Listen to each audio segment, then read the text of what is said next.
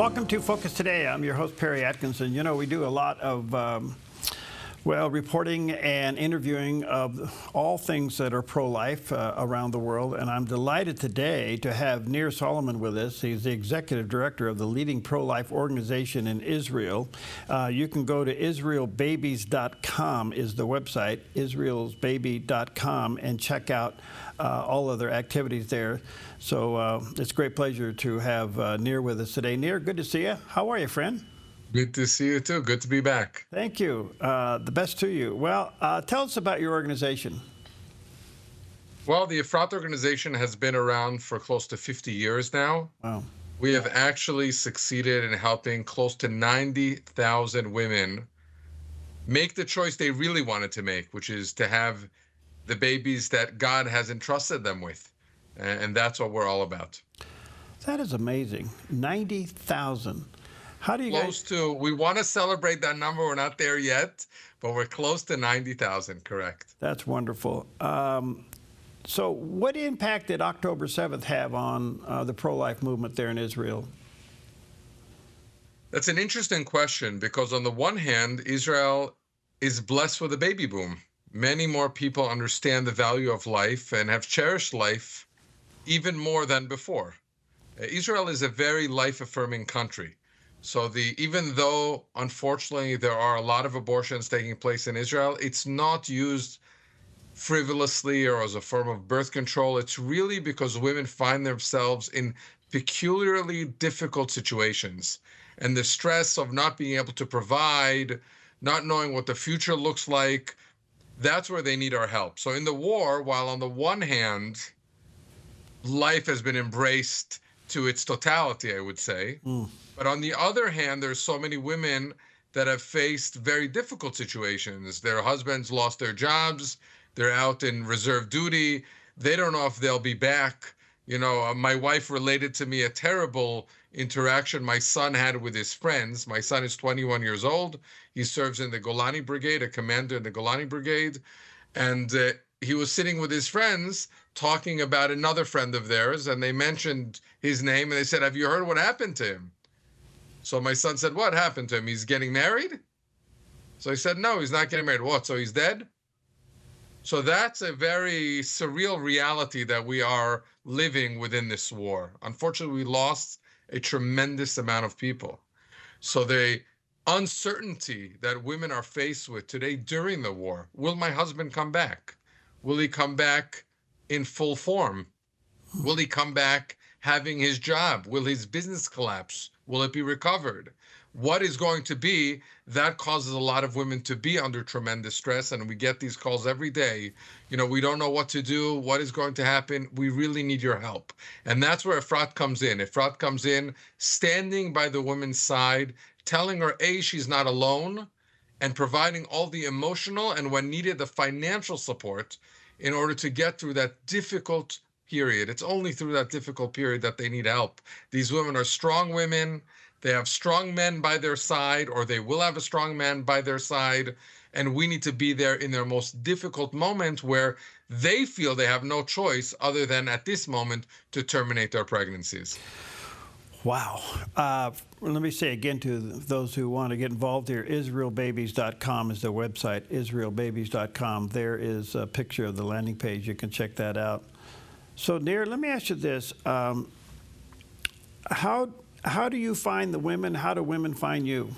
All right, so that's a great question. So today, you can imagine 89,000 women that we've supported, over 89,000, close to 90,000 that we've supported.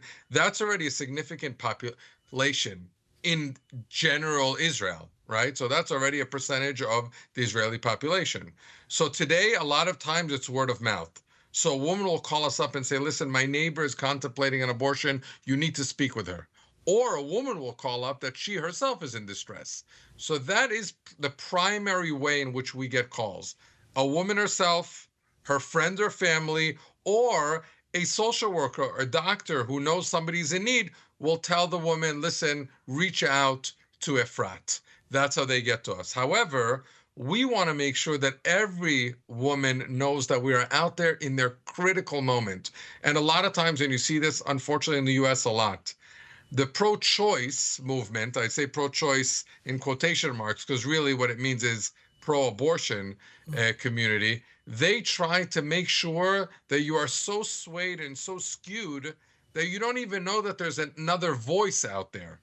So we go out and we publicize on buses, on street signs, in the radio, on TV, wherever we are permitted, to be able to call out to women and say, first of all, it's your choice. Don't let anybody pressure you to go ahead and have an abortion. Everybody thinks that that's the pro-choice movement, is to give them the choice to have an abortion.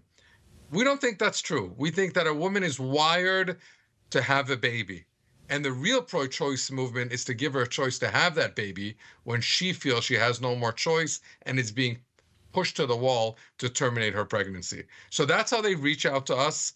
We are very fortunate to have met a lot of our children tens of years later now during the war, which is just remarkable. Children of ours that are now fighting in the Israeli war told us that they are alive because of us today, and they're honored today to serve and protect the entire Jewish nation. But we just needed to be there for their mother in that critical, critical moment. That's beautiful. So beautiful. So what kind of services do you provide? Kind of like a pregnancy center over here? So it is like a pregnancy center. And in fact, we opened up a pregnancy center in the United States as well, based in Florida, in order to build a real bridge between the Jewish and Christian community on this pro-life issue. Everybody has a different stance, exactly what that means, but all of us agree that we embrace life. And unfortunately, we need to be there as a stronger, united voice. So we opened up a crisis pregnancy center, bringing out the Jewish voice, I would say, because thank God there are so many crisis pregnancy centers in the United States, primarily run by, manned and staffed by amazing, amazing Christian men and women that are out there to really give comfort and support. And we want to lend a hand as well in the Jewish community to make sure that we are also there with a voice of embracing life, so we can make sure that we are doing our share, not only in Israel, but in the United States and all around the world. Today, we've been saving children in Lima, Peru, in England, in the United States, in Canada, in Mexico, all around the world, reaching out to Jewish communities, asking to make it a priority to talk about the abortion issue so that every woman knows she is not alone. God is with her, but we are also with her in her time of need here on this earth. So how do you bring faith into your services? Well, at the end of the day, it's all about knowing that you are not alone. You're not walking alone. You walk always alongside God Almighty himself, and it's our choice to be able to be the outstretched arm, I would say, of doing God's mercy. He showed mercy on this woman, and we have to be there to stand by her side. That's all we do. We don't force faith.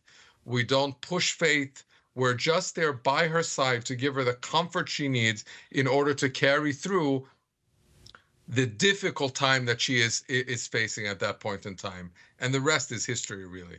When she sees that baby, she connects to exactly who supported her. Our name is called, the organization's name is called Efrat, because Efrat, we are told in the Bible, was a name given for Miriam, the quintessential midwife, Moses' sister. And we know that the redemption of the Jewish people in Egypt came from the faith of these women who had a decree, heard the decree of the king, Pharaoh, who said you need to make sure that all the males that are born, you kill and you throw to the Nile River. And they said, we have a decree from above. We know who the King of Kings is. And if he decided that this woman will become pregnant and the baby that she's carrying is a boy, then that boy needs to live. So that's what we are continuing today, without pushing faith on the women, but just being there by their side, loving them, caring for them, and getting them through that difficult time. Gosh, that's beautiful. Again, let me say to our viewers and listeners, you feel like you want to support and get involved, go to israelbabies.com. That's Nir's website, israelbabies.com. There's the picture of their landing page. You're going to be involved in this literally around the world. So, Nir, I understand you had quite the story with, is it Eliana story? Is that her story? Yes. Yes. Share that with us. You talk Eliana, who came to us, unfortunately, has lost her daughter in the Nova Festival. And she told us a terrible, terrible, terrible story. She said, she was an older woman already, so to speak. She was 43 years old. She had already 3 children that are growing. The youngest one was almost 18, and she decided now she has a new life. She's going to empty nest and travel the world with her new partner, not the father of these 3 children. She's in a loving relationship with a new man, and she became pregnant. And at the time she became pregnant, she said, well, now is not the right time. Now is not the time to build a new family. And she decided to schedule an abortion. She picked up the phone, called the abortion clinic. And as she called the abortion clinic, she had a flashback when she was 16 years old and heard a lecture by the head of our organization who passed away, Dr. Eli Schusheim, who talked about the development of the fetus. And she said, wait a second.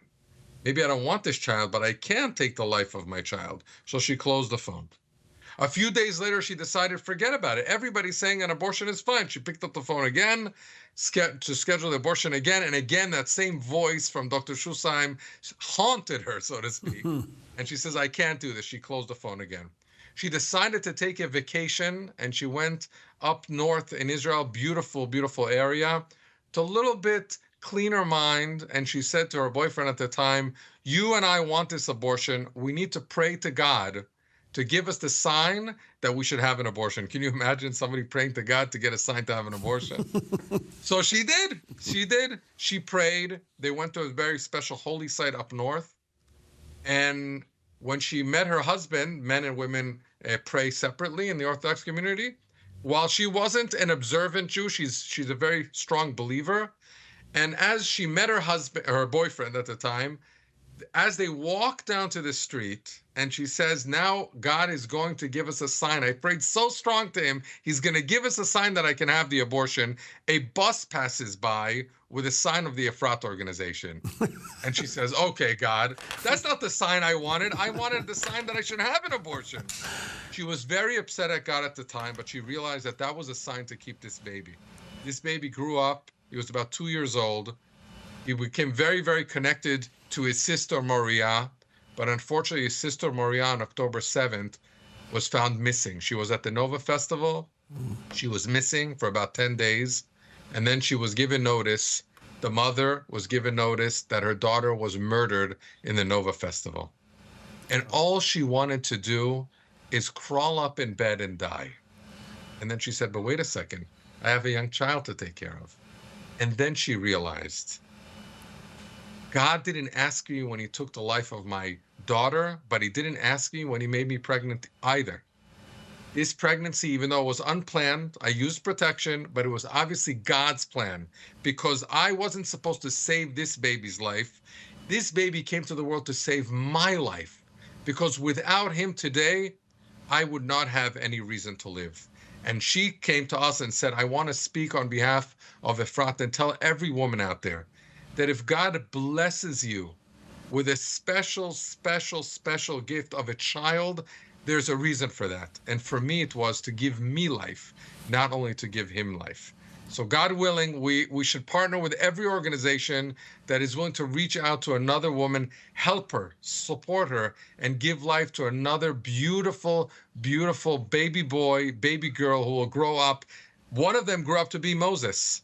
And every single one of them has an unbelievable purpose in this world, whether it's a Moses, or it's doing a podcast, or it's running an organization, a pro-life organization, or working in a school, or being a fire truck driver, whatever it may be. It's God's plan. We need every single one of these souls to make a perfect world. That's so beautifully said. Again, let me say to our viewers and listeners, learn more about it, get involved, support them. IsraelBabies.com. There's the picture of the landing page, IsraelBabies.com. Nir, you're an inspiration. Thank you, my friend, for giving us some of your time. Stay in it, and let's stay connected. Thank you very much, and God bless you, and God bless your listeners. Thank you.